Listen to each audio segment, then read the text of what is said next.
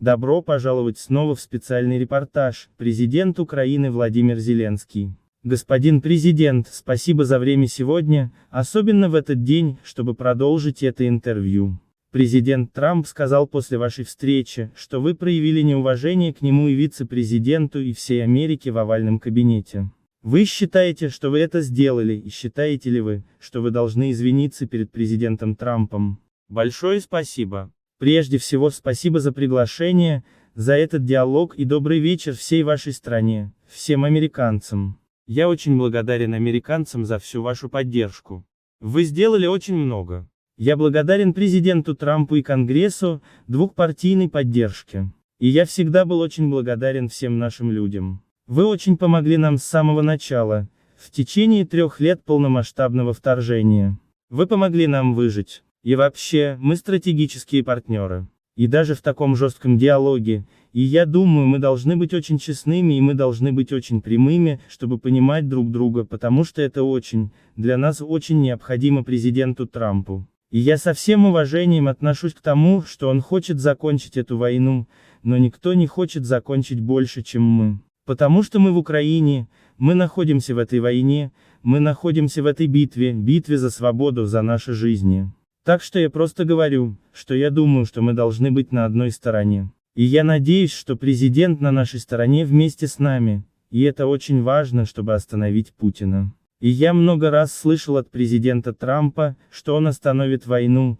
и я надеюсь, что он это сделает, и нам нужно давить на него с Европой, со всеми партнерами. И я думаю, что этот диалог должен был быть немного раньше, чтобы понять, где мы находимся. Как знаете, я точно не помню, но как президент Рейган сказал, что мир – это не просто отсутствие войны. Да, мы говорим о справедливом и прочном мире, о свободе, о справедливости, о правах человека. И вот почему я сказал, что я так думаю, что прекращение огня. И вы знаете Путина, он нарушал прекращение огня 25 раз за все эти годы, 10 лет. Так что я не слышу от вас, господин президент, мысли, что вы должны извиниться перед президентом. Нет, я уважаю президента и уважаю американский народ. И если я думаю, что мы должны быть очень открытыми и очень честными, и я не уверен, что мы сделали что-то плохое.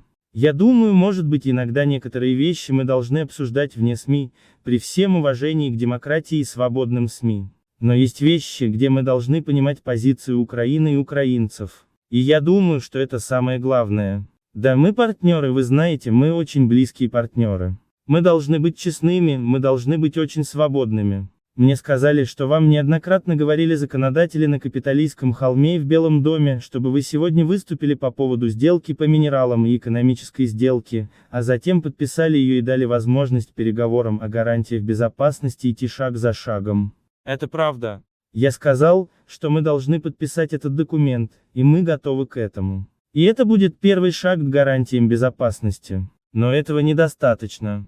Я так думаю. Может быть, я чего-то не знаю. Я не знаю каких-то деталей. Поэтому я хотел поделиться с президентом своими мыслями и услышать его. Опять же, потому что у него есть план, как остановить Путина. И может быть, как я уже сказал, может быть, это не для широкой аудитории, но мы должны этим поделиться. Знаете, это так рискованно. Знаете, просто прекращение огня без гарантии безопасности, это так рискованно для нашего народа.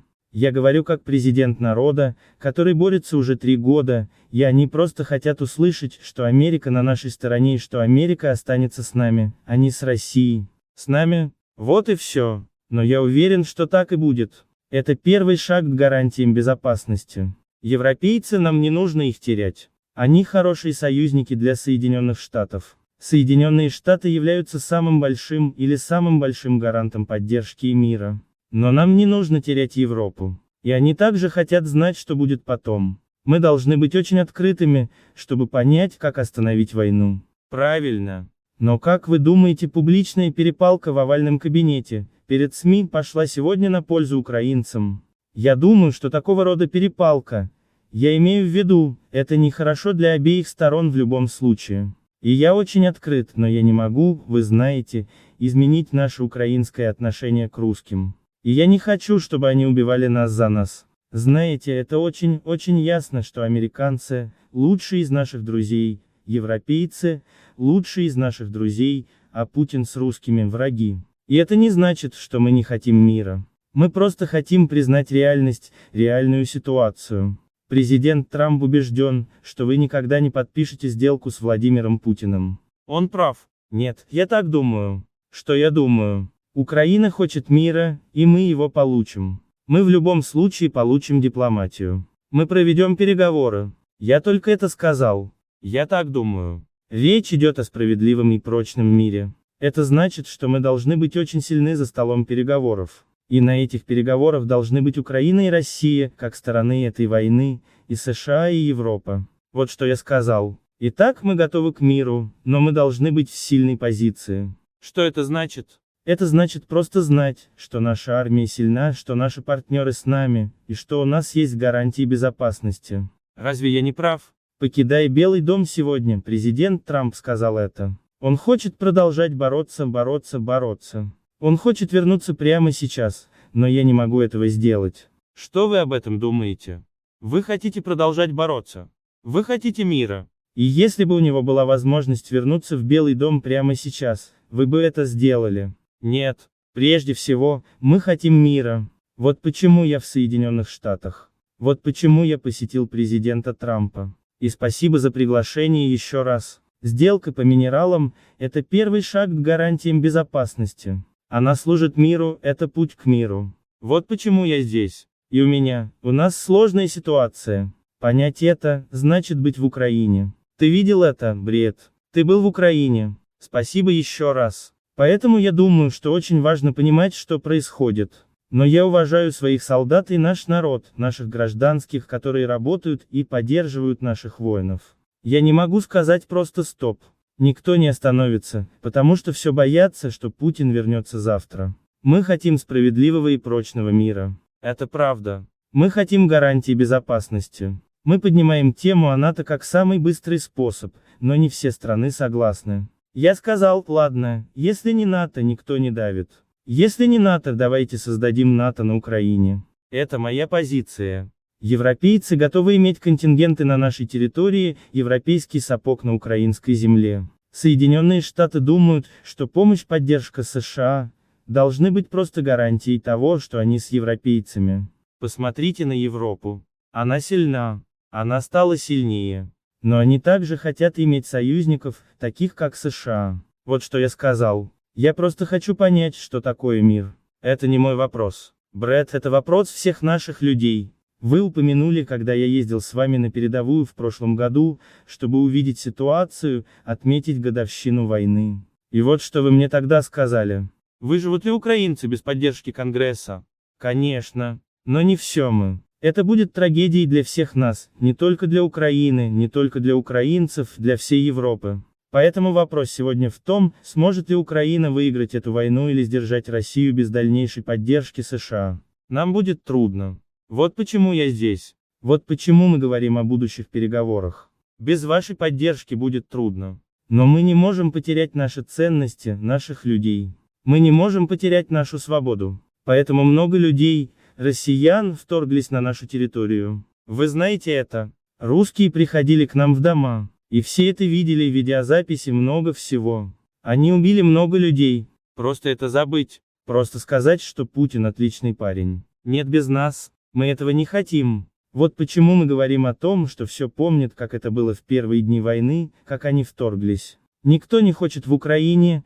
Да, конечно, никто этого не забудет, но никто не хочет новой волны оккупации. Вот почему, когда мы говорим, если не НАТО, то какие гарантии безопасности мы можем иметь? Я не давлю. Мы не давим. Мы просто спрашиваем. Мы просто делимся очень четкими сообщениями с нашими друзьями, с американцами. Если вы останетесь с нами, большое спасибо. Но давайте сделаем инфраструктуру гарантий безопасности. Давайте просто поделимся с нашими людьми, просто с нашими людьми, что Америка остается с нами.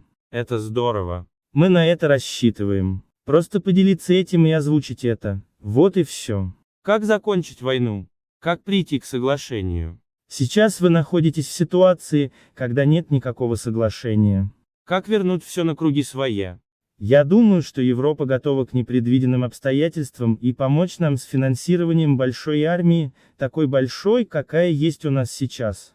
Это наша армия, часть гарантий безопасности. Теперь мы хотим просто найти место для нашего самого большого стратегического партнера для Соединенных Штатов или Соединенные Штаты предложат, где и как Соединенные Штаты дадут нам гарантии безопасности, какого рода и какую часть объема гарантий безопасности. И когда мы будем готовы к этому, мы придем к дипломатии. К дипломатии, с россиянами, европейцами, Соединенными Штатами и нами вчетвером. Я думаю, это реальный путь, потому что с помощью только оружия это слишком долго, этого недостаточно. У нас недостаточно оружия, чтобы вытеснить их. И мы не видим сейчас пока, мы не видим достаточного объема новой поддержки от США.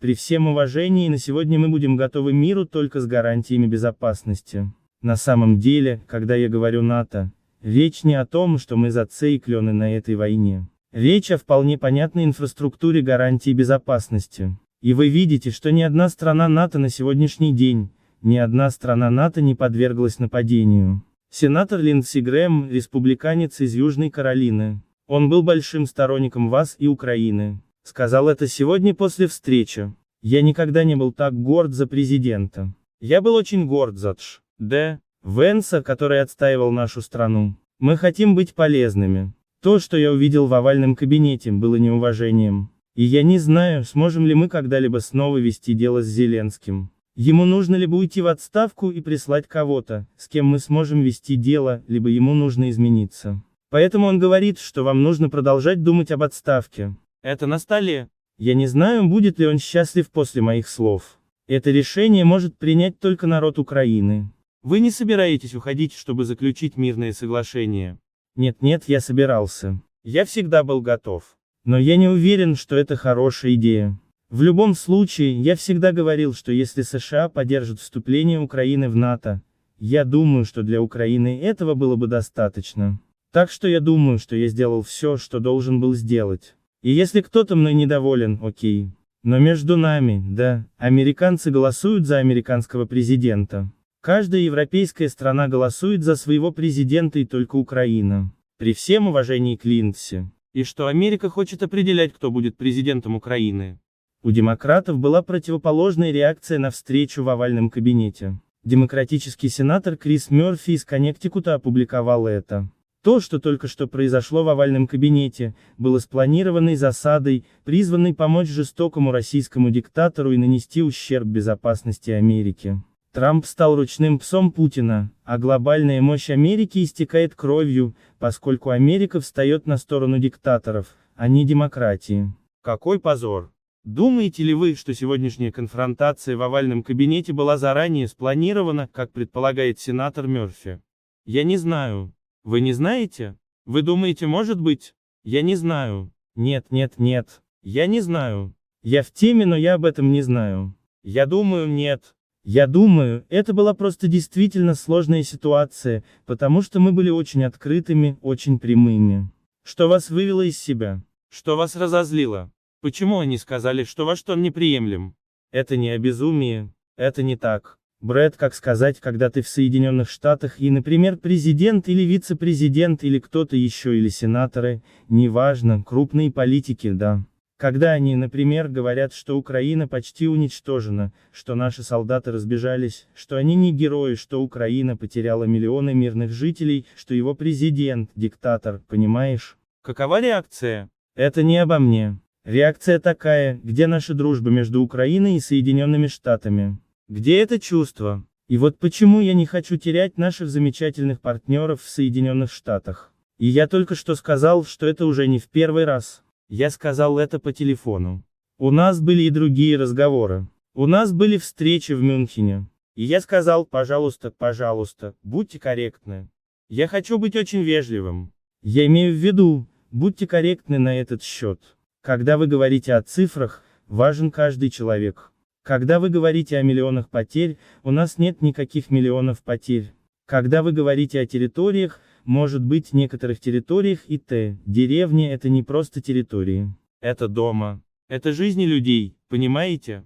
Их отцы, матери, их родственники, деды, они погибли на этой войне. Никто не хочет прощать Путина. Это не смешно, это не сказка. Это реальная жизнь. Вот что я сказал. И когда вы повторяли это много раз моим друзьям, и даже здесь, и затем они снова начинают толдычить одно и то же. Я думаю, что это не так, я имею в виду, что я сказал, что это дурной тон между хорошими партнерами и друзьями. Вот и все. И я думаю, что если журналисты задают вопросы президенту, при всем уважении к вице-президенту, я имею в виду, что для этого у него есть его интервью, а это наш диалог. Разве этот диалог, если вы действительно собираетесь быть таким, не должна быть за закрытыми дверями?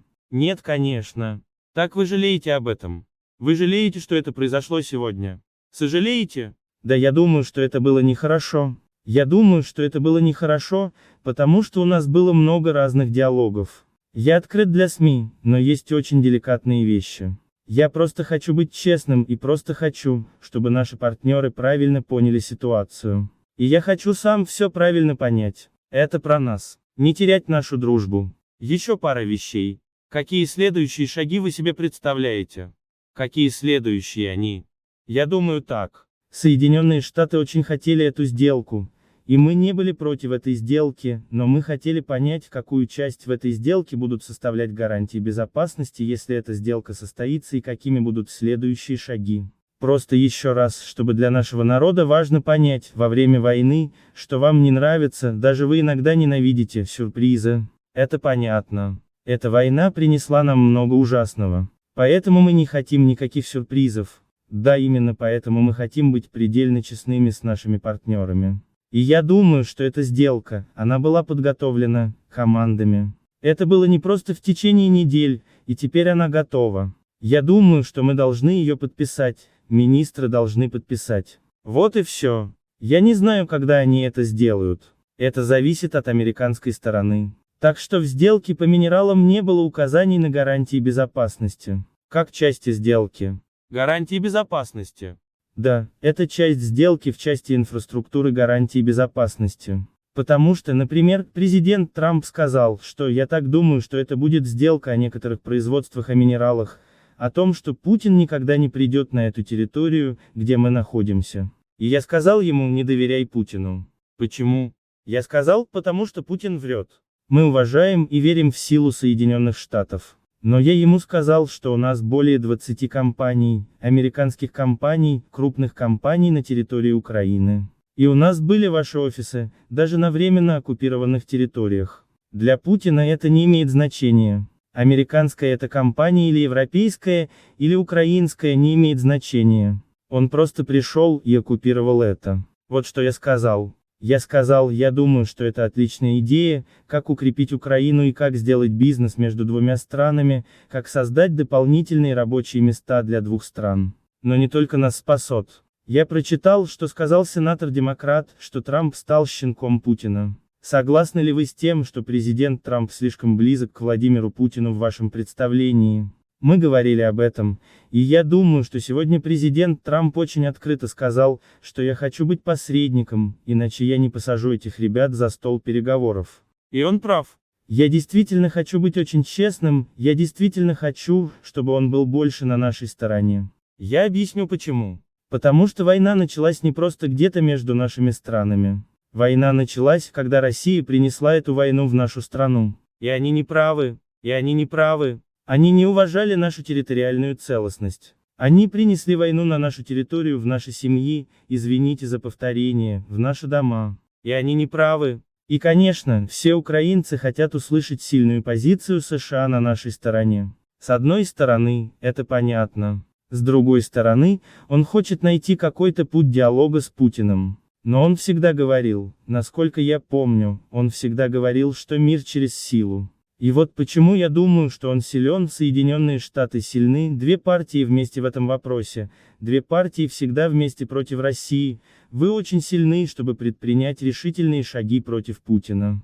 Американцы обеспокоены тем, куда ушли деньги. Будет ли очень строгий учет того, куда ушли деньги? Кажется, есть некоторые вопросы о том, есть ли коррупция или продано военное оборудование. Нет, не может быть. Мы получили за 3 года 100 миллиардов от США. Это на бумаге, в документах. Но на самом деле, 67 пришли в виде оружия. Они прошли через границу. Они проверены и учтены. И мы не раз делились этим с американской стороной. И 41,5 это была прямая финансовая поддержка бюджета. Опять же, это открыто, это оцифровано, это открыто и это бесплатно. И пожалуйста, если кто-то захочет проверить это еще раз, мы в этом открыты. Последнее, господин президент. Как вы думаете, ваши отношения с Дональдом Трампом, президентом Трампом после сегодняшнего дня могут быть спасены? Да, конечно, потому что это отношения больше, чем с президентом. Это исторические связи, крепкие связи между нашими народами. И поэтому я всегда начинал с того, чтобы поблагодарить ваш народ от нашего народа. И это самое главное. И, конечно, благодарен президенту и, конечно, Конгрессу. Но прежде всего, вашим людям. Ваши люди помогли спасти наших людей. Люди прежде всего, право человека прежде всего. Это очень-очень важно. И мы благодарны. И я имею в виду, то что, мы очень хотели иметь только крепкие отношения. И я уверен, что у нас это будет. Господин президент, мы польщены тем, что вы спасли это интервью. Большое спасибо за время. Большое спасибо.